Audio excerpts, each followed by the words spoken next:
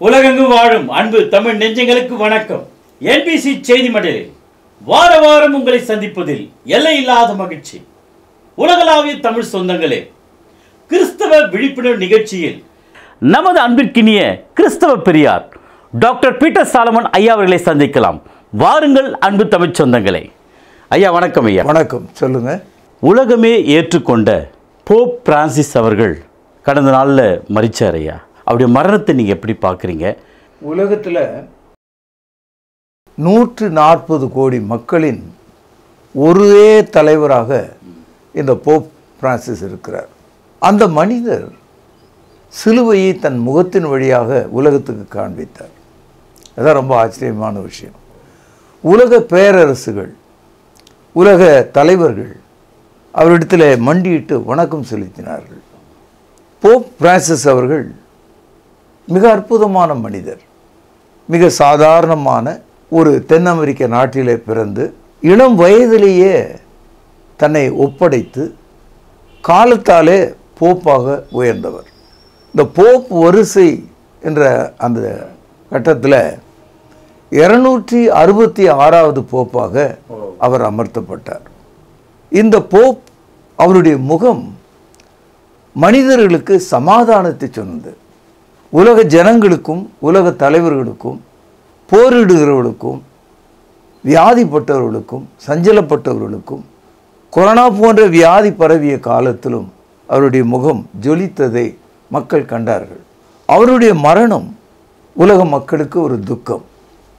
அது ஏறக்குறைய ஒரு 9 நாள் துக்கமாக அனுசரிக்கிறார்கள். தமிழ்நாடு அசம்பிளி போப்புக்காக இரங்கல் தெரிவித்ததை நீங்கள் கேள்விப்பட்டிருப்பீங்க. அதனால் தமிழன் என்ற முறையில் தமிழ்நாட்டு மனிதனில் ஒருவனாக போப் அவர்களுக்கு என்னுடைய இரங்கலை, என்னுடைய துக்கத்தை இந்த உலக மக்களுக்கு தெரிவித்துக் கொள்வதில் நான் கடமைப்பட்டிருக்கிறேன். போப் பிரான்சிஸ் அவர்கள் அவர் மிகவும் நெருக்கமாக செய்த இறைப்பணி எதுவாக நீங்கள் பார்க்குறீங்க? உலகம் முழுவதையுமே அவர் கவனித்தார். அவர் ஒரு மத தலைவராக இல்லாமல் அதை கடந்து உலகத்தினுடைய மக்களை பார்க்கிறார். குறிப்பாக இப்பொழுதெல்லாம் இந்த இயற்கை மாறி வருகிறதை பார்க்கிறோம். பூமி பந்தானது சூடாகி வருவதை பார்க்கிறோம். அதனால் மக்களுக்கு, தேசங்களுக்கு அறிவுரை வழங்கினார். அவர் இயற்கையை நேசித்தவராக இருந்தார். மனிதர்கள் போர் வழியாக தங்களை அழித்துக் கொள்வதை அவர் விரும்பவில்லை. அவருடைய கடைசி நிமிடம் வரைக்கும் இஸ்ரேல் ஹமாஸ் போருக்கு எதிராக அமைதியை சொல்லிக்கொண்டே இருந்தார். ரஷ்யா யுக்ரைன் போருக்கு எதிராக அவர் சமாதானத்தை சொல்லிக்கொண்டே இருந்தார். அந்த தேச தலைவர்களை கூப்பிட்டு போரை நிறுத்துங்கள், இரத்த சிந்துதலை விட்டுவிடுங்கள், ஏழை மக்களை ஆதரியுங்கள், அவர்களுக்கு உணவளியுங்கள் என்று சொன்னார். குறிப்பாக சில ஆண்டுகளுக்கு முன்பாக கொரோனா நோய் வந்த பொழுது உலகம் முழுவதும் உள்ள மக்களுக்காக, அவர்களுடைய பாதுகாப்புக்காக அவர் ஏறெடுத்த ஜபங்கள் வீண் போகாது, அது அற்புதமானது என்று நான் நினைக்கிறேன். ஐயா, என் மனதில் ஒரு ஆழமான, ஒரு பாரமான ஒரு கேள்வி. போப் என்ற இந்த சொல் பைபிள் இருக்குங்களா ஐயா? பைபிள் இல்லைன்றது உங்களுக்கே தெரியும், அப்புறம் எனக்கும் தெரியும், உலகத்திற்கு எல்லாருக்குமே தான் தெரியும். அதனால் இந்த போப் என்ற வார்த்தையை பிடிச்சிட்டு மலை ஏறலாம் முடியாது. வீண் வார்த்தைகளாக நம்ம பேசக்கூடாது. முதல் நூற்றாண்டு காலத்தில் பைபிளில் பிஷப் என்ற வார்த்தை இருக்கிறது, பல முறை இருக்கிறது. இந்த பிஷப்பினுடைய மறுவல் தான், அடுத்த கட்டம் தான் போப்பாக மாறுகிறது. சில பேர் இந்த போப்பும் இல்லை பிஷப்பும் இல்லைன்னு சொல்கிறான் பாருங்க, பைபிளை படிக்காத ஆள். நீங்கள் 1 தீமோத்தேயு 3ஆம் அதிகாரத்தை படித்தீங்கன்னா, 5ஆம் அதிகாரத்தை படித்தீங்கன்னா, பிஷப் அதாவது கண்காணியானவன் என்ற வார்த்தையை நம்ம தொடர்ந்து படிக்கிறோம். இந்த பிஷப் என்ற வார்த்தைக்கு பைனா 2ன்னு அர்த்தம், ஷாப்னா கண்கள்னு அர்த்தம். இது லத்தீன் வார்த்தை. கண் காணியானவன், கண்ணால் பார்த்து வேலை பார்க்கிறவர் என்று பொருள். இங்கிலீஷில் ஓவர் சியர் என்ற ஒரு வார்த்தை கூட இருக்கிறத பார்க்கலாம். காலத்தால் முதல் நூற்றாண்டில் இந்த பிஷப் என்ற நபர் சபையினுடைய தலைவராக பணியாற்றுகிறார். ரோம பேரரசனுடைய அரசன் எம்பரர், அவனும் அவனுடைய தேசத்தின் தலைவனாக பணியாற்றுகிறான். முதல் நூற்றாண்டு காலம் ஒரு வரலாற்றின் முக்கியத்துவம் வாய்ந்த ஒரு காலம். ரோம பேராட்சி அழிவின் எல்லையில் இருக்கிறது. இப்பொழுது பேரரசன், ரோம பேரரசன் திருச்சபையை பார்க்கிறான். திருச்சபையின் தலைவர்களாகிய இந்த பிஷப்பை பார்க்கிறான். இவர்களுக்கு சமாதானம் இருக்கிறது, எனக்கு சமாதானம் இல்லை. இவர்களுக்கு மக்கள் கூட்டம் இருக்கிறது, என்னிடத்தில் இப்பொழுது மக்கள் கூட்டம் இல்லை. நான் போரிலே தோல்வி அடைகிறேன், அவர்களோ வாழ்க்கையில் வெற்றி பெறுகிறார்கள். அப்பொழுது அவன் என்ன யோசித்தான்? நானே சபைக்கும் தலைவனாக இருப்பேன், தேசத்துக்கும் தலைவனாக இருப்பேன். I will be the head of the church, I will be head of the nation. அதனால் இந்த பிஷப்பும் எம்பரரும் சேர்ந்த ஒரு வார்த்தை தான், பிறந்த ஒரு குழந்தை தான். 4 சொற்கள் உள்ள லத்தீன் வார்த்தை POPE, போப் என்ற வார்த்தையை நம்ம பார்க்கிறோம். அது ஒரு காலத்தின் கட்டாயத்தினால உருவான ஒரு வார்த்தை. இது பிற்காலத்தில் ரோம பேரரசு அழிந்து விட்டது. ரோம பேரரசுக்கு பிறகு தொடர்ந்த திருச்சபை அன்றைக்கு ரோமாபுரியில் சிறப்பாக வளர்ந்ததுனால போப் என்று சொல்லக்கூடிய அந்த நபர் வாடிகன் நகரத்தை தன் தலைநகராக கொண்டு அன்று முதல் அவர்கள் ஆட்சி செய்கிறார்கள். இன்னைக்கு கடந்த 2000 ஆண்டுகளில் நீங்கள் பார்த்தீங்கன்னா, இப்பொழுது இறந்த போப் பிரான்சிஸ் அவர்கள் 266வது போப் அட்டவணைப்படி. ஆகவே இது முதல் நூற்றாண்டு காலத்திலிருந்து ஆரம்பித்த ஒரு பாரம்பரியம். இதை விளங்கி கொள்ளாத கிறித்தவர்கள் அவர்கள் ஒன்றை ஒன்று மாற்றி பேசி அவர்கள் தவறாக எண்ணுவதை நான் மறுக்கிறேன். இரண்டாவது, உலகத்தில் கிறித்தவர்கள் கிறிஸ்தவ சபையின் தலை அல்லது தலைவர் என்ற ஒரு கருத்து இருக்குமானால் அது போப்பை மட்டும்தான் குறிக்கும். அதனால் the world Christianity recognize Pope as the head of the church. அவர்களுக்கு அது தெரிஞ்ச விஷயமா இருக்கு. கிறிஸ்து சபையின் தலைவராக ஆவிக்குரிய வகையில் இருந்தாலும் மனிதன் என்ற முறையில் திருச்சபையின் தலைவராக போப்பை இந்த உலகம் பார்க்கிறது. ஆனால் புதிய ஏற்பாடு ஒரு தனி மனிதனுடைய தலைமையை எந்த இடத்திலும் ஏற்றுக்கொள்ளவில்லை. ஒவ்வொரு திருச்சபையும் தனித்துவம் வாய்ந்த லோக்கல் சர்ச்சஸ், பிராந்திய உள்ளூர் சபைகளாக அது கருதப்படுகிறது. ஐயா, போப் அவர்கள் உருவானதுடைய ஒரு முக்கிய நோக்கம் சபையினுடைய கட்டாயமா அல்லது அது ஒரு வரலாறா? அது ஒரு வரலாறு. காரணம் என்னன்னா, இயேசு கிறிஸ்து தமது 12 அப்போஸ்தலர்களில் பேதுருவை விசேஷமாக பார்க்கிறார். பேதுரு என்று சொன்னால் கல் அல்லது பாறை என்று பொருள். மத்தேயு 16ஆம் அதிகாரம் 18வது வசனத்தில் இயேசு பேதுருவை பார்த்து, நீ பாறையா இருக்கிறாய், யூ ஆர் எ பெட்ராஸ், உன் மீது என் திருச்சபையை கட்டுவேன், பாதாளத்தின் வாசல்கள் அதை மேற்கொள்ளாது என்று சொன்னார். இந்த இடத்துல பேதுருவை நீங்கள் முதல்ல பார்க்கிறீங்க. இந்த பேதுருவை குறித்து கடைசியில் இயேசு கிறிஸ்து என்ன சொன்னார் என்று பார்த்தா நமக்கு ரொம்ப ஆச்சரியமாக இருக்கும். யோவான் எழுதிய சுவிசேஷம் 21வது அதிகாரம் 17வது வசனம், 3ஆம் தரம் அவர் அவனை நோக்கி, யோனாவின் குமாரனாகிய சீமோனே, நீ என்னை நேசிக்கிறாயா என்றார்.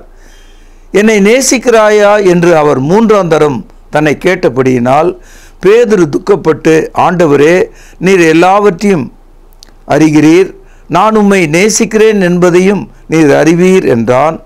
இயேசு, என் ஆடுகளை மேய்ப்பாயாக என்றார்.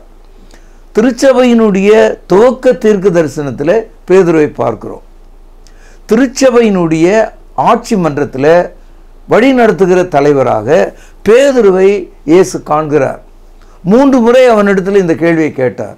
3 முறையும் அவன் பதில் சொல்லிய போது, என் ஆடுகளை நீ மேய்ப்பாயாக, ஃபீட் மை ஷீப் என்று சொன்னார். இப்பொழுது புதிய ஏற்பாட்டு காலத்தில் பவுலப்போஸ்தலர் குணமாக்கப்பட்ட பிறகு அவர் சபை எப்படி பார்க்கிறார்? கலாத்தியர் 1ஆம் அதிகாரம் 18வது வசனம், 3 வருஷம் சென்ற பின்பு பேதுருவை கண்டுகொள்ளும்படி நான் எருசலேமுக்கு போய் அவனிடத்தில் 15 நாள் தங்கியிருந்தேன். பவுலப்போஸ்தலர் தமஸ்குவிலே ஞானஸ்தானம் பெற்று அப்போஸ்தலனாக மாறின பிறகு எருசலேமுக்கு வந்து பேதுருவை சந்தித்து 15 நாள் அவரிடத்தில் தங்கியிருந்தேன் என்று சொல்கிறார். இந்த இடத்துல நான் என்ன சொல்ல வரேன்னா, அந்த 12 அப்போஸ்தலர்களில் பேதுருவை ஏன் அவர் முதன்மைப்படுத்தி பார்க்கிறார், இதை நாம் கவனிக்கணும். அடுத்தது, முதல் நூற்றாண்டு காலத்தில் ஒரு பெரிய பிரச்சனை வந்தது. அது ஒரு ஆழி பேரலை போல, ஒரு சுனாமியை போல திருச்சபையை தாக்கியது. அது என்னன்னா, யூத கிறிஸ்தவர்கள் யூதர் அல்லாத கிறிஸ்தவர்களை, அதாவது கிரேக்கர்களையும் மற்றவர்களையும், நீங்களும் எங்களைப் போல விருத்த சேதனம் பண்ணிக்கொள்ள வேண்டும். ஏன்னா ஒவ்வொரு யூதனும் ஆபிரகாமினுடைய உடன்படிக்கையின்படி சர்க்கம்சிஷன் என்று சொல்கிற அந்த விருத்த சேதனத்தை பெற்றிருப்பார்கள். இப்போது இவங்க என்ன சொல்றாங்க, பிரஜாதிய மக்களை பார்த்து, நீங்க ஞானஸ்தானம் எடுத்தீங்க, நீங்க கிறிஸ்தவங்க தான், உங்களுக்குள்ள பரிசுத்த ஆவி இருக்கிறார், ஆனாலும் நீங்கள் எங்களை விட தாழ்த்தப்பட்டவர்கள், நீங்கள் எங்களுக்கு நிகராக இருக்க வேண்டுமானால் கண்டிப்பாக நீங்கள் விருத்த சேதனம் பண்ணிக்கணும். இதனால சபையில மிகப்பெரிய கலகம். யாரை நம்புவது, யார் பேச்சை கேட்பது, இது என்ன நியாயம் என்றெல்லாம் ஒரு பெரும் குழப்பம் விளைந்தது. அப்பொழுது என்ன நடந்ததுன்னா, முதல் கவுன்சில், அன்றைக்கு இருந்த அப்போஸ்தலர்கள் மத்தியில் முதல் ஆட்சி மன்றம் ஒன்று கூடியது. இதை இன்னை வரைக்கும் கிறிஸ்தவர்கள் படித்து பார்ப்பதில்லை. எப்பொழுதுமே கத்தோலிக்கர்களை தூஷிக்கிறவர்கள், தவறாக போதிக்கிறவர்கள், இந்த புதிய ஏற்பாட்டு சபையார், இவங்கெல்லாம் கூட இந்த 15வது அதிகார அப்போஸ்தலர் நடபடிகளை படிப்பதில்லை. இந்த நிகழ்ச்சியை நீங்கள் நல்லா புரிஞ்சுக்கணுன்னா 15வது அதிகாரம் முதலிலிருந்து நீங்கள் படிக்கணும். படித்து பார்த்தீங்கன்னா, பவுலும் பர்னபாவும் எருசலேமுக்கு வந்து அப்போஸ்தலரிடத்தில், புரஜாதியர்களுக்கு அப்போஸ்தலனாக நியமிக்கப்பட்ட எனக்கு இப்படி ஒரு கொடுமை நேருகிறது, யூதர்கள் யூத கிறிஸ்தவர்கள் எல்லா இடங்களிலும் வந்து கலகம் செய்கிறார்கள், இது தேவனுடைய சித்தமா, இதை தேவன் அனுமதிக்கிறாரா, இது பரிசுத்தாவினுடைய வார்த்தையா, உபதேசமா? ஒரு கேள்வி. இந்த கேள்வி ஏன் பவுலடியார் நேரடியாக தேவனிடத்தில் கேட்கல, ஏன் ஆலோசனை பெற்றுக்கொள்ள? why did not Paul inspired to find out the solution? அதனால் அவன் எருசலேமுக்கு வந்து அப்போஸ்தலருடைய மன்றத்தை கூட்டுகிறார், அவர்கள் மத்தியிலே பேசுகிறார். இந்த இடத்துல அப்போஸ்தலர் நடபடிகள் 15வது அதிகாரம் 7வது வசனம் பாருங்கள். மிகுந்த தர்க்கம் உண்டான போது பேதுரு எழுந்திருந்து அவர்களை நோக்கி, சகோதரரே, நீங்கள் அறிந்திருக்கிறபடி புரஜாதியார் என்னுடைய வாயினாலே சுவிசேஷ வசனத்தை கேட்டு விசுவாசிக்கும்படி தேவன் அநேக நாட்களுக்கு முன்னே உங்களில் ஒருவனாகி என்னை தெரிந்து கொண்டார். இருதயங்களை ஆராய்ந்திருக்கிற தேவன் நமக்கு பரிசுத்த ஆவியை தந்திரளினது போல அவர்களுக்கும் தந்திரளி அவளை குறித்து சாட்சி கொடுத்தார். விசுவாசத்தினாலே அவர்கள் இருதயங்களை அவர் சுத்தமாக்கி, கவனிங்க, நமக்கும் அவர்களுக்கும் யாதொரு வித்தியாசம் இராதபடி செய்தார். இப்படி இருக்க நம்முடைய பிதாக்களாலும் நம்மாலும் சுமக்க கூடாதிருந்த நுகத்தடிய சீஷர் கழுத்தின் மேல் சுமத்துவதனால் நீங்கள் தேவனை சோதிப்பானேன். இந்த பழைய ஏற்பாட்டு போதனையை பேதுரு அப்போஸ்தலர் ஒரு சிறந்த சொல்லால அடையாளப்படுத்துகிறார். அன்பேரபிள் யோக், சுமக்க முடியாத நுகத்தடி. மாட்டின் கழுத்தில் நுகத்தடியை வச்சுட்டா அந்த மாடு வேற எந்த வேலையும் செய்ய முடியாது. அந்த உழவன் அதை கழட்டாத வரைக்கும் அது அப்படியே வேலை செய்து கொண்டே இருக்க வேண்டும். அதுதான். அது மாதிரி நீங்கள் சுமக்க முடியாத அந்த நுகத்தடியை நீங்கள் ஏன் புதிய கிறிஸ்தவர்கள் மீது சுமத்துறீங்க? இதுதான் அப்போஸ்தலர் நடபடிகளில் நடந்த ஒரு கவுன்சில். இது நீங்கள் தொடர்ந்து படிச்சிங்கன்னா இன்னும் நிறைய விஷயங்களை தெரிஞ்சுக்கலாம். கிறிஸ்தவர்கள் மத்தியில் என்ன சொல்கிறாங்க, இந்த ரோமன் கத்தோலிக்கம் வந்ததுனால்தான் ஆட்சி மன்றம் அங்கே போச்சு. ஆனால் முதல் நூற்றாண்டு காலத்தில் அப்போஸ்தலர் வாழ்ந்த காலத்திலேயே ஆட்சி மன்ற குழு எருசலேமில் இருந்தது. எந்த ஒரு கட்டத்திலும் வளர்ச்சியை நோக்கி மனிதர்கள் பயணிக்கும் போது புதிய சொல்லாடல்கள் வருவது இயல்பான ஒரு விஷயம்தான். ஒரு குழந்தை பருவத்தில் இருந்தவனை அப்படியே தொடர்ந்து நம்ம குழந்தைன்னு சொல்கிறதே கிடையாது. ஒரு குறிப்பிட்ட வயதில் மனிதனை ஒரு குறிப்பிட்ட நபராக பார்க்கிறோம், ஒரு வளர்ச்சி பார்க்கிறோம். அதே மனிதன் பழுத்து விடும்போது அவனை தொண்டு கிழவன் என்று நாம் அழைக்கிறோம். அதனால் இதெல்லாம் ஒரு எமர்ஜிங் ஸ்டேஜ் இது. அதனால் சபை ஒரு காலகட்டத்தில் தன்னுடைய தலைமைத்துவத்தை கொஞ்சம் கொஞ்சமாக மாற்றிக்கொள்கிறது. ஆனால் மாற்றங்களை அனுமதிக்கிற சபை பரிசுத்தாவினுடைய வசனத்தின்படி அது நடக்கிறதா என்று நம்ம கவனிக்கணும். இப்போ உதாரணமாக ஒரு கேள்வியை கத்தோலிக்கர்கள் கேட்கிறாங்க. எங்களுக்கு உலகளாவிய தலைவர் போப், அது அவங்களுடைய விருப்பம். ஆனால் நீங்கள் என்ன கேட்குறீங்க, புதிய ஏற்பாட்டில் போப் என்ற பெயர் இல்லையே. உண்மைதான். ஏன் இல்லைன்னு சொன்னால் அன்னைக்கு அது தேவையில்லை, ஒன்று. இரண்டாவது, பவுலும் பர்னபாவும் எருசலேமுக்கு எல்லா மூப்பர்களையும் ஒன்று கூட்டினாங்க. அன்றைக்கு கூட்டப்பட்ட இடத்துல யாக்கோபு என்ற ஒரு மனிதர் இருக்கார். அவரும் எழுந்து நின்று நற்செய்தியை சொல்லுகிறார். இந்த கருத்தை 13வது வசனத்தில் நீங்கள் பார்க்கலாம். 15வது அதிகாரம். அவர்கள் பேசி முடித்த பின்பு யாக்கோபு அவர்களை நோக்கி, சகோதரரே, எனக்கு செவி கொடுங்கள். இப்போது குறிப்பாக அவர் என்ன சொல்கிறாருன்னா, 20வது வசனத்தில் விக்கிரகங்களுக்கு படைத்த அசூசியானவைகளுக்கும் வேசித்தனத்துக்கும் நெருங்குண்டு செத்ததற்கும் இரத்தத்திற்கும் விலகி இருக்கும்படி அவர்களுக்கு எழுதப்பட வேண்டும் என்று நான் தீர்மானிக்கிறேன். அப்போது இந்த இடத்துல church rules, church laws being legislated, சட்டமன்றத்தில் சட்டங்கள் உருவாக்கப்படுவது போல திருச்சபையானது அப்போஸ்தலர் காலத்திலேயே கிறிஸ்தவர்கள் எப்படி நடந்து கொள்ள வேண்டும் என்று அந்த கருத்தை பதிவு செய்திருக்கிறார்கள். இந்த இடத்துல புறஜாதிகள் என்று சொல்லக்கூடிய யூதர் அல்லாத கிறிஸ்தவர்கள் விக்கிரகங்களை வணங்க வேண்டாம், செத்தவைகளை உண்ண வேண்டாம், இரத்தத்தை சாப்பிட வேண்டாம், வேசிதனம் விக்கிரகங்களுக்கு விலகி இருங்க, இது செய்தால் போதும், நீங்கள் கிறிஸ்தவர்களாக நிலைத்திருக்கலாம். ஆகவே ஆட்சி மன்ற குழு அன்றைக்கே கூடியிருக்கிறது. ஆனால் இந்த குழு கூடிய காலத்தில் இப்பொழுது நாம் படிக்கிற இந்த புதிய ஏற்பாடு முழுமையாக எழுதப்படலை. இப்போது இந்த அப்போஸ்தலர் நடபடிகள் 15வது அதிகாரம் எருசலேமில் சபை தொடங்கி அடுத்து வந்த ஒரு 15 ஆண்டுகளில் நடக்கிற குழப்பம் இது. அதுக்கு பிறகு பல புத்தகங்கள் எழுதப்பட்டது. அதாவது புதிய ஏற்பாடு ஏறக்குறைய முதல் நூற்றாண்டில் முடிவு பெறுகிறது. அப்படின்னா முதல் நூற்றாண்டு காலத்துக்கு பிறகு வாழ்கிற நீங்களும் நானும் மறுபடியும் எருசலேமுக்கு போய் அப்போஸ்தலரை தேடி போய் இதை செய்யலாமா செய்யக்கூடாதுன்னு கேட்க வேண்டிய அவசியம் இல்லை. ஏனென்றால் நமக்கு புதிய ஏற்பாடு முழுமையாக இப்பொழுது எழுதப்பட்டிருக்கிறது. இம்மைக்கும் மறுமைக்கும் வேண்டிய யாவற்றையும் அந்த திவ்ய வல்லமையாகிய வசனம் நமக்கு தருகிறதாக இருக்கிறது. அதனால தான் பவுலடியார் சொல்கிறார், நான் உங்களுக்கு சகல சத்தியத்தையும் சொல்லிட்டேன், ஆகவே உங்கள் இரத்தப்படிகளுக்கு நான் நீங்களாக இருக்கிறேன். Since we received the complete revelation of God about our salvation, about our future and judgment, there is no need of a counsel today. ஏனென்றால் தேவனுடைய வசனமே நமக்கு ஆலோசனையாக வந்து விட்டது. அந்த ஆலோசனை புத்தகங்கள் இல்லாத ஒரு காலத்தில் தான் அவங்க ஆலோசனைக்கு தேடினாங்க. ஆனால் கத்தோலிக்கர்களுடைய பிரச்சனை என்னன்னா, முதல் நூற்றாண்டு காலத்தில் தொடங்கி அமைதியாக வளர்ந்து வந்த அந்த மார்க்கம் 325 வரும்போது சீனம் அடைகிறது. முற்றிலுமாக ரோம பேரரசினுடைய அதிகாரத்தை இழக்கிறது. திருச்சபையானது அந்த தேசத்தை ஆளக்கூடிய சட்டத்தின் கீழே வந்து விடுகிறது. அப்போதான் அந்த போப் என்ற நபர் ஒரு அதிகாரமுள்ள ஒரு அரசனை போல மாறுகிறார்.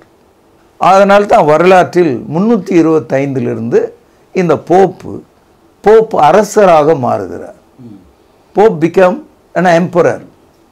அதிலிருந்து திருச்சபையானது நீங்கள் ஹிஸ்ட்ரி புக்கில் படிச்சிருப்பீங்க. அவங்களுக்கு யுத்தம்னு ஒன்று வந்தால், சண்டைன்னு ஒன்று வந்தால் கொடியை ஏந்தி செல்வாங்க.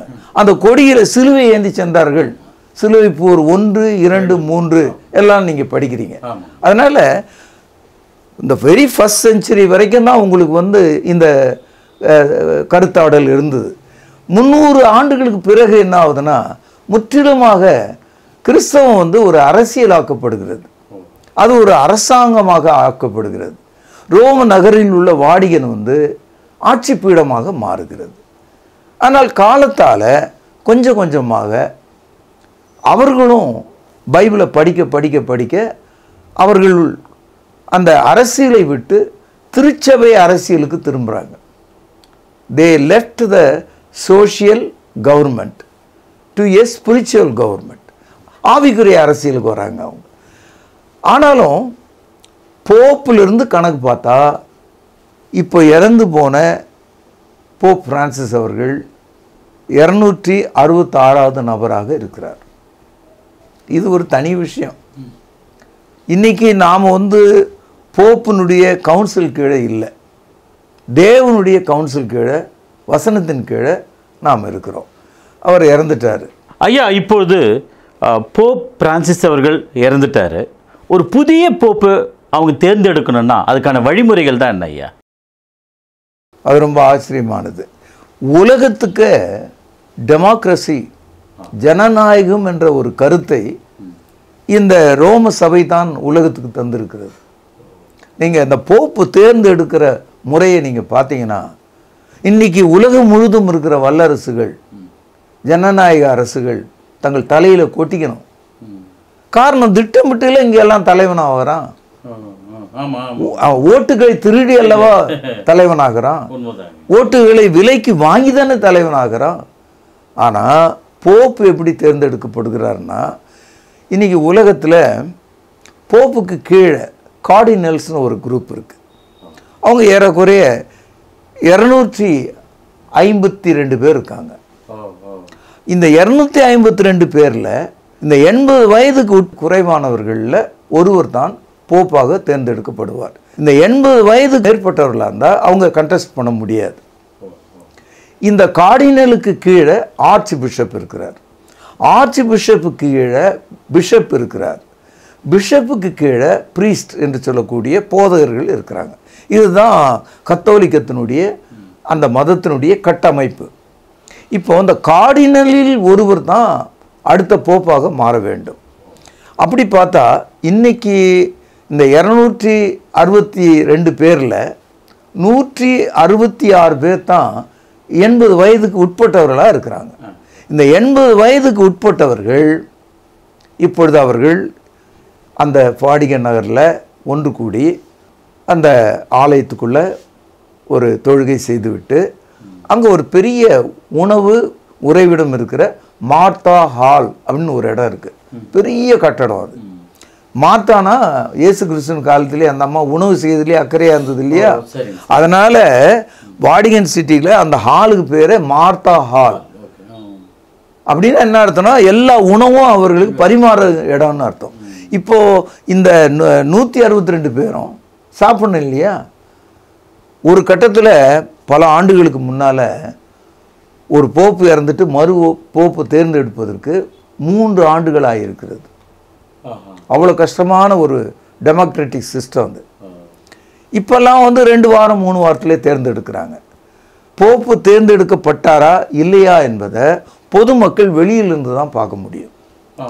அங்கே 2 பைப் இருக்குது. கரும்புகை வந்தால் அதில் போப்பு இன்னும் தேர்ந்தெடுக்கப்படவில்லை, வெள்ளை புகை வந்தால் போப்பு தேர்ந்தெடுக்கப்பட்டார். இந்த 168 பேரும் அவர்கள் அங்கே ஜெபத்தோடு கூடுவாங்க. அவங்க கையில் ஒரு பேலட் பேப்பர் கொடுப்பாங்க. அதில் உங்களில் யார் போப்பாக வரணுன்றதை நீங்கள் விரும்புகிறீங்க அப்படின்னு சொல்லி அவங்க பேர் எழுதணும். ஒவ்வொருத்தரும் அவங்களுக்கு விருப்பமானவங்க பேரையும் எழுதிக்கலாம், அல்லது அவங்க பேரை கூட அவங்க எழுதிக்கலாம். ஒரு சுற்று நடந்த உடனே 1/3 மெஜாரிட்டியில் யாருடைய பேர் இருக்குதுன்னு பார்ப்பாங்க. யாருடைய பேருமே இல்லைன்னா அத்தனையும் போட்டு கரும்பு புகையாக கொளுத்தி வெளியே விட்டுருவாங்க. காலையில் 2 முறை இதே மாதிரி நடக்கும், மாலையில் 2 முறை இதே மாதிரி நடக்கும். இப்படியே சுற்று மாறி மாறி வரும். கடைசியில் ஏதோ ஒரு கட்டத்தில் 3ல் 2 பேர் மெஜாரிட்டியான ஒரே ஒரு நபர் பேர் இருந்தால் அவரை தான் போப்பாக தேர்ந்தெடுப்பாங்க. போப்பாக அவரை தேர்ந்தெடுத்த உடனே அவருக்காக தைக்கப்பட்ட புதிய உடை இருக்கும். அது ஒரு அற்புதமான மாடலில் இன்னைக்கு கூட நீங்கள் போப்பு அலங்காரத்தோடு போடுவார். அது வந்து முன்கூட்டியே தைச்சி வைப்பாங்களாம். அதாவது 2-3 சைஸில் தைச்சி வைப்பாங்க. ஏன்னா யார் தேர்ந்தெடுக்கப்படுவார்னு தெரியாது. எவ்வளோ பெரிய டெமோக்ரஸி பாருங்கள். கரெக்டாக அவருக்கு ஃபிட் ஆகிற ட்ரெஸ்ஸை அதுக்கப்புறம் அவருக்கு உடுத்துவாங்க. அவர் வெளியே கொண்டு வருவாங்க. உலகம் அதை கண்டு வியக்கும், பாராட்டும், அதை கண்டு தேவனுக்கு நன்றி செலுத்துவாங்க. இவ்விதமாக தான் போப்பு வந்து தேர்ந்தெடுக்கப்படுகிறார். உண்மையிலேயே இது ஒரு நல்ல ஜனநாயக முறை தான். இதில் வந்து எந்த தவறான ஒரு முறையும் நடக்கிறதுக்கு வாய்ப்பு இல்லை. இப்போது நீங்கள் பார்த்தீங்கன்னா மற்ற மதங்களில் அந்த மதத்தின் தலைவர்கள் சாதிய அடிப்படையிலும் குடும்ப அடிப்படையிலும் தான் தேர்ந்தெடுக்கப்படுறாங்க. அப்பா, அதுக்கப்புறம் அவன் பையன், அப்படி குடும்பமாக எல்லாத்தையும் ஆள்றவங்களாம் வராங்க. ஆனால் கத்தோலிக்கத்தில் வர போப் பாருங்க, ஒரு குடும்ப வாரிசாக இல்லாமல் ஜனநாயகமாக தேர்ந்தெடுக்கப்பட்ட ஒரு நபராக இருக்கிறார். இந்த அடுத்த போப் ஒன்று ஆப்பிரிக்க கண்டத்திலிருந்து வரக்கூடும் அல்லது இந்தியா போன்ற ஒரு நாட்டிலிருந்து வரக்கூடும் என்று மேலை நாட்டு பத்திரிகைகள் எழுதுகிறது. காரணம் என்னன்னா, 140 கோடி ஜனங்கள் உள்ள இந்தியாவில் 2 கார்டினல்கள் தான் இருக்காங்க. ஒன்று கேரளாவிலையும் ஒன்று டெல்லியிலும் தான் இருக்கான். அதாவது 262 கார்டினலில் 2 பேர் தான் இந்தியாவில் இருக்கான். இந்தியாவினுடைய ஜனத்தொகை எவ்வளவோ அவ்வளோ பெரிய ஜனத்தொகை கத்தோலிக்கர்கள் மத்தியில் இருக்கிறது. 140 கோடி மக்கள் கத்தோலிக்கர்கள் உலகத்தில். அதனால் ஒரு புதிய போப்பை வரவேற்பதற்கு இந்த உலகம் காத்து கொண்டிருக்கிறது. ஐயா, புதிய ஏற்பாட்டில் போப் இல்லை என்றால் எந்த முறைமையின்படி சபை நடத்தப்படும் ஐயா? எபேசியர் 4ஆம் அதிகாரத்தில் இதற்கான பதில் இருக்குது. எபேசியர் 4:14 நாம் இனி குழந்தைகளாய் இராமல் மனுஷருடைய சூதும் வஞ்சிக்கிறதுக்கு ஏதுவான தந்திரம் உள்ள போதகமாகிய பலவித காற்றினாலே அலைகளைப் போல அடிபட்டு அலைகிறவர்களாய் இராமல் அன்புடன் சத்தியத்தை கைக்கொண்டு தலையாகிய கிறிஸ்துக்குள் எல்லாவற்றிலேயும் நாம் வளருகிறவர்களாய் இருக்கும்படி அப்படி செய்தார். இந்த இடத்துல போப் இல்லை, கிறிஸ்து தான் தலையாக இருக்கிறார். நாம் வந்து குழந்தைகளைப் போல காற்றிலே அலைகிற ஒரு மனிதராக இல்லாமல் தலையாகிய கிறிஸ்துவனுடைய சத்தியத்தை பிடித்து கொண்டு நாம் வளர வேண்டும். போப் இல்லை, ஆனால் கிறிஸ்து இருக்கிறார். கிறிஸ்து தான் தலையாக இருக்கிறார். நீங்கள் பாருங்கள், போப் இறந்துட்டாரு. அதனுடைய அடையாளம் என்ன, அர்த்தம் என்னன்னு கேட்டிங்கன்னா, எபிரேயர் 9ஆம் அதிகாரம் 27 அன்றியும் நாம் ஒரு முறை பிறப்பதும் பின்பு மரித்து நாம் நியாய தீர்ப்புக்கு எழுந்து நிற்பதும் நமக்கு நியமிக்கப்பட்டிருக்கிறது. Death is appointed for all. Therefore Pope died. He is a man. ஆனால் கிறிஸ்து இனி மரிப்பதில்லை. அப்போது சபை எப்படி நடக்கும்னு சொன்னால் அன்புடன் சத்தியத்தை கை கொண்டு நடக்கிறதுனால. அதனால்தான் சபையில் 5 வகையான ஊழியர்களை கர்த்தர் நியமித்திருக்கிறார். ஒன்று, புதிய ஏற்பாட்டினுடைய ஜனநாயகத்தை பாருங்கள். சபையை நடத்துகிறவங்களுடைய தகுதி என்ன அப்படின்னு நீங்கள் தெரிஞ்சுக்கிறதா இருந்தால் 1 கொரிந்தியர் 3ஆம் அதிகாரத்தில் சபை நடத்தக்கூடிய தலைவர்கள் ஒரே மனைவியுடைய புருஷர்களும் தங்கள் குடும்பத்தை நன்றாய் நடத்துகிறவர்களும் தங்கள் பிள்ளைகளை விசுவாசத்துக்கு கீழ்ப்படிய பண்ணுகிறவர்களும் இப்படியே 16 குவாலிஃபிகேஷன் சொல்லப்பட்டது. இந்த 16 குவாலிஃபிகேஷனையும் உடைய ஒரு மனிதனாக இப்பொழுது இருக்கிற போப்பு கூட இல்லை. ஏன்னா அவர் திருமணமற்றவர், குடும்பமற்றவர். இது புதிய ஏற்பாட்டுக்கு நேர் ஆப்போசிட்டாக போகுது. அது மட்டும் இல்லை, சபை என்ற இடத்துக்கு வரும்போதெல்லாம் ஒரே ஆள் சபையை நடத்த முடியாது. இதை பெந்தகோஸ்து மக்கள் கவனிக்கணும். பரிசுத்த ஆவியை பற்றி பேசுகிறவங்க என்ன செய்கிறாங்க, சபையே கபலீகரம் பண்ணிடுறாங்க, நானே என்ற அளவுக்கு வந்துடுறாங்க. ஆனால் சபையை நடத்தும்போது the leaders of the church always plural. திருச்சபையினுடைய தலைமைத்துவம் பன்மை வாய்ந்ததாக இருக்கிறது. 2 பேருக்கு மேலே தான் இருக்கணும் சபையை நடத்தும் போது. பாருங்கள், எபேசியர் 4ஆவது அதிகாரம் 13ஆவது வசனம், அவர் சிலரை அப்போஸ்தலர்களாகவும் பன்மை, தீர்க்கதரிசிகளாகவும் பன்மை, சிலரை சுவிசேஷகராகவும் பன்மை, சிலரை மெய்ப்பராகவும் போதகராகவும் ஏற்படுத்தினார். இந்த வசனங்களை நீங்கள் இங்கிலீஷ் புக்கில் படிச்சிங்கன்னா பைபிளில் ப்ளூரலில் இருக்குது. எல்லாத்துலேயுமே எஸ் சேர்க்கப்பட்டிருக்கு. சிலரை, சிலர் என்று சொன்னாலே பன்மை தானே, ஒன்றுக்கு மேற்பட்டவங்க. அதனால் church is full of democracy. A single man cannot lead the church. Always it's in plural. இதை இந்த நேயர்கள் கவனிக்க வேண்டும். அவர்கள் தேவைப்பட்டால் என்னிடத்தில் தொடர்பு கொள்ள வேண்டும். நீங்கள் இந்த வசனத்தை படித்து பார்க்க வேண்டும் என்று சொல்லி என்னுடைய பதிலை நிறைவு செய்கிறேன். ஐயா, இன்றைய என்பிசி செய்தி மடலில் போப்பு பற்றியும் அதனுடைய ஜனநாயக முறைமையை பற்றியும் ரொம்ப நேர்த்தியாக விளக்கி சொன்னீங்க ஐயா. ரொம்ப நன்றிங்க ஐயா. அன்பு நேயர்களே, அதுவரை உங்களிடமிருந்து விடைபெறுவது உங்கள் அன்பு அறிவிப்பாளன் சார்லஸ் எஸ் குணசேகரன். நன்றி, வணக்கம். கர்த்தாவே, தேவர்களில் உமக்கு பானவர் யார்? வானத்திலும் பூமியிலும் உமக்கு பானவர் யார்? உமக்கு பானவர் யார்? உமக்கு பானவர் யார்? வானத்திலும் பூமியிலும் உமக்கு பானவர் யார்? வானத்திலும் பூமியிலும் உமக்கு பானவர் யார்? தொடர்பு கொள்ள வேண்டிய முகவரி: திருமறை நேரம், 58 சர்ச் தெரு, குமரன் நகர், சென்னை 6,82,000. தொலைபேசி எண் 044255008882. செல்போன் 9385500882.